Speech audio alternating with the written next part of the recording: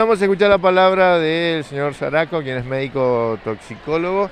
Bueno, presenta aquí en el departamento de San Martín para una importantísima charla a los más jóvenes.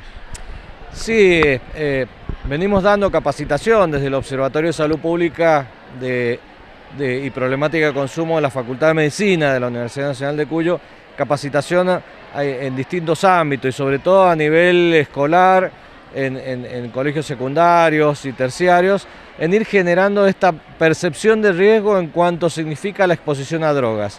No el aspecto adicciones, que es uno de los problemas asociados a este consumo, sino entender y comprender qué impacto tiene el exponerse a estas sustancias, aunque sea en forma recreativa o ocasional, ya que generan cambios significativos, no solamente a nivel cerebral, que eso impacta en el comportamiento, sino también a nivel orgánico, teniendo complicaciones a nivel pulmonar, cardíaco, y que esto deviene después en complicaciones muy importantes en cuanto a las acciones a nivel social. Y sobre todo en estas edades críticas donde el cerebro aún está en procesos madurativos, que también va a afectar notablemente los éxitos educativos y laborales a futuro. Bueno, si bien es un tema muy amplio para hablar, pero vamos a ir por tips muy cortitos, puntuales. Hoy por hoy se consigue estupefacientes en cualquier lugar, cualquier barrio, por eso hay que estar atento a las señales que dan el cambio de conducta, sobre todo de las personas, de los más jóvenes. Sin duda, hoy son totalmente accesibles en cualquier ámbito. De todos modos tenemos que tener por algo más simple. Hoy la sustancia que tiene más prevalencia es el alcohol, donde el consumo de esta sustancia psicoactiva en estos periodos tan sensibles de procesos madurativos cerebrales que empiezan desde el momento del embarazo y culminan alrededor de los 18 o 20 años. Por eso todas las bebidas alcohólicas dice prohibida la venta a menores de 18, consumo por debajo de 18. Hace que tenga estos impactos negativos que hoy lo vemos tal vez traducido en los comportamientos sociales que nos alarman cuando vemos las noticias y que muchas están atravesadas por la presencia de estas sustancias, a las cuales se vienen sumando progresivamente lo que son otras sustancias prohibidas como es la marihuana y la cocaína. Fundamental el trabajo de la familia, de los padres, los tutores y de los establecimientos educativos, ¿no? Fundamental, estos temas hay que hablarlos y entender que hay que educar sobre el impacto que tiene el consumo de estas sustancias. Esto es fundamental y entender que no es inocuo y que no tiene que ver con una borrachera que pasó, porque eso puede dejar consecuencias agudas, que es el riesgo de un accidente, golpe, caídas, situaciones de sexo no seguro que pueden devenir en situaciones de embarazo no deseado o aumento de la enfermedad de transmisión sexual.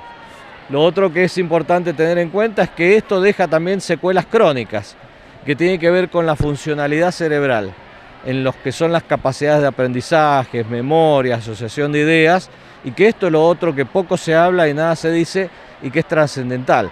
En otros países se viene trabajando hace mucho tiempo en lo que es generar esta percepción de riesgo de que exponerse a las sustancias en estas etapas o esta ventana del neurodesarrollo, que es desde el embarazo hasta alrededor de los 18 o 20 años, es fundamental, en donde no tienen que estar expuestos los jóvenes, donde la realidad de nuestro país lamentablemente indican que cada vez la edad de consumo es más pequeña. Hasta hace algunos años atrás hablábamos los 13, 14 años, hoy ya hablamos que el inicio de consumo es prácticamente a los 12 años.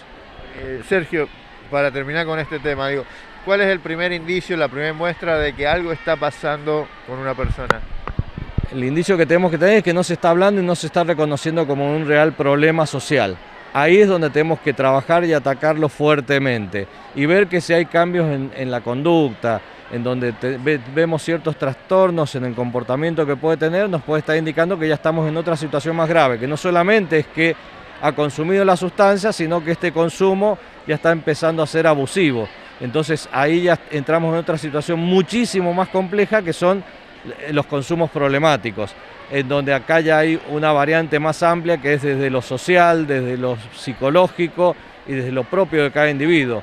Por eso tenemos que trabajar muchísimo antes, como lo estamos haciendo desde el colegio, para generar esta percepción de riesgo y hacer ver que esto no es divertido, sino que tiene consecuencias en el momento en que se consume, pero después deja secuelas, cicatrices para el resto del comportamiento de algo tan sensible como es el cerebro. Se habla de que durante la época de pandemia, de cuarentena, obviamente todavía no terminamos, pero que ha aumentado el consumo. ¿Esto es así? Sí, sin dudas. ¿Por qué? Porque hubo un terreno muy propicio. Cuando empezamos a entender cuál es el comportamiento de estas sustancias que modulan los químicos cerebrales, como la dopamina, serotonina, ante situaciones de angustia, ansiedad, problemas de desasosiego o incertidumbre que puede existir, lo hace muy propicio que al probar una de estas sustancias se sienten bárbaros. Entonces siguen, entre comillas, automedicándose con estas sustancias porque los hace sentir bien. Y este es el gran error que existe. Sin duda modifica este cerebro, pero estos cambios químicos cerebrales se traducen después en cambios de conducta, comportamientos y la funcionalidad propia del cerebro. Entonces la situación de pandemia eso ni más ni menos que agravar a lo que ya tenemos un terreno bastante complejo en nuestro país con toda la incertidumbre socioeconómica que tenemos. Entonces esto está haciendo que aumente significativamente el consumo de sustancias, atrapados con este creer que si consumo sustancias la paso bien, que es verdad, pero no se habla de las consecuencias que nos va a traer en todo nuestro entorno y en los resultados después académicos y laborales que podemos tener a futuro. ¿Cómo analiza o analizó todo el contexto de pandemia? El aspecto de pandemia siempre lo habíamos dicho de un principio. El aspecto que se hizo es cuidar la salud en una situación de un virus que no tenía un tratamiento específico ni medida de prevención como una vacuna. Eso hizo que se tomaran medidas muy duras, muy drásticas para tratar de mitigar ese impacto. Hoy contamos con vacunas que realmente han demostrado que son seguras y eficaces y está demostrando en todo el mundo que está logrando frenar este impacto que había tenido. Pero hay algo que siempre hablamos también y es que lo que hoy ya tendría que estarse trabajando en las secuelas de esta pandemia, que es las consecuencias físicas de lo que se conoce como COVID prolongado y sobre todo el daño a nivel de la salud mental. Los temas son amplios, complejos, obviamente no le queremos quitar más tiempo, pero ¿qué recomendación daría hoy por hoy para estas personas, para el post pandemia, para lo que les dejó en su cuerpo, alrededor, en su grupo familiar, pérdidas quizás o quizás también efectos propios? Exacto, eso por un lado, el tema del control médico para ir y buscar y hacerse controles en todo lo que hace a la parte respiratoria, cardiovascular y metabólica, que eso es fundamental con sus médicos de cabecera. Pero lo otro que es muy importante y todos podemos participar es el aspecto de la salud mental, que hay que otra vez retomar todos los aspectos afectivos, que eso es fundamental y son elementos que protegen para que no caigamos en el uso de químicos para hacernos sentir mejor. Podemos sentirnos mejor y modular estos químicos cerebrales a través de actividades familiares, recreativas, y que realmente el verdadero uso recreativo sea la amistad y no hacernos creer que lo recreativo es una droga.